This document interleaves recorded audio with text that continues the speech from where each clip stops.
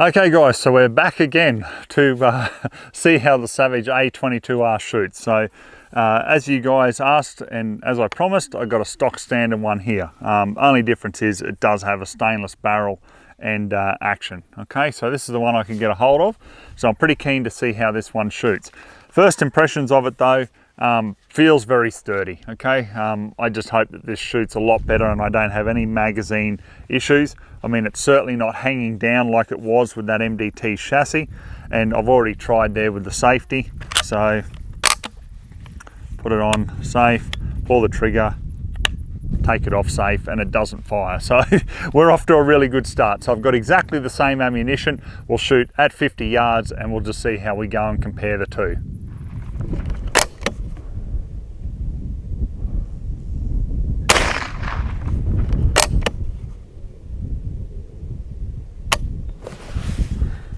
We've had a misfire.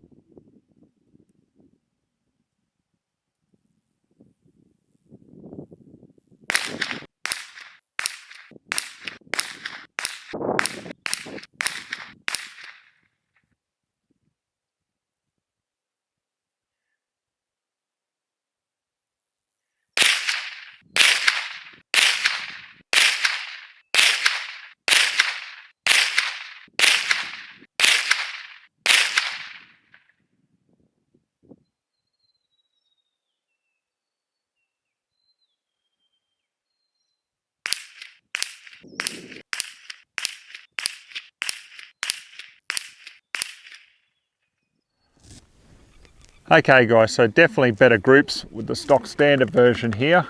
So let's measure the groups. First group we got sitting on 1 inch. Okay, so that was the Federal Hunter match. Next one we came down to was the ELEY match.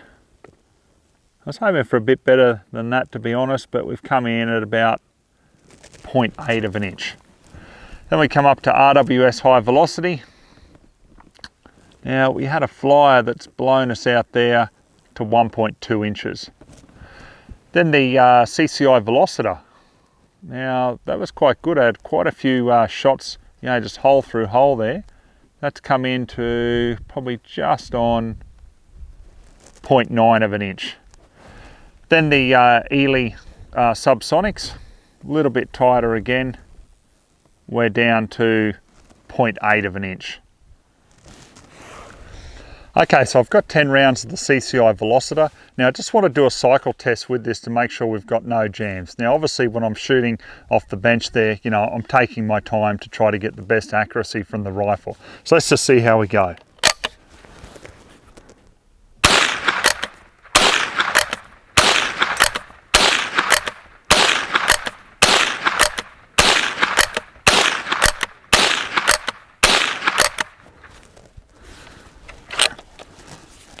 And we're clear there. So obviously there's no problems there.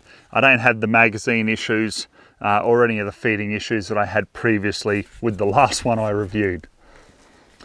All right guys, I'm gonna wrap up my final thoughts on the A22R Stainless version. Now, guys, I've had no issues with regards to the feeding and cycling of this that I had with the previous review that I did with that A22R in the aftermarket MDT chassis. So that's a really good sign, okay? As for the accuracy on it, it's certainly shot a lot better than what that previous one that I had did.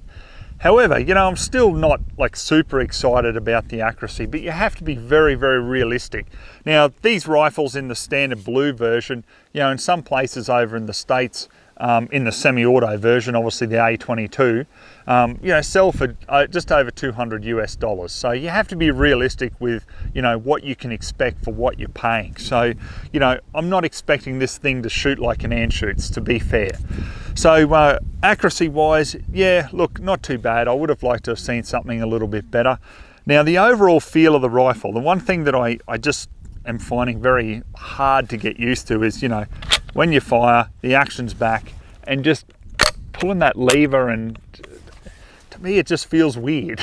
You know, it just doesn't feel right. So maybe because I've been spoilt with using semi-autos, I don't know. But yeah, to me, look, it just feels weird. Okay, so personally, it's not something that I would go for. But guys, you know, I review things exactly the way they are.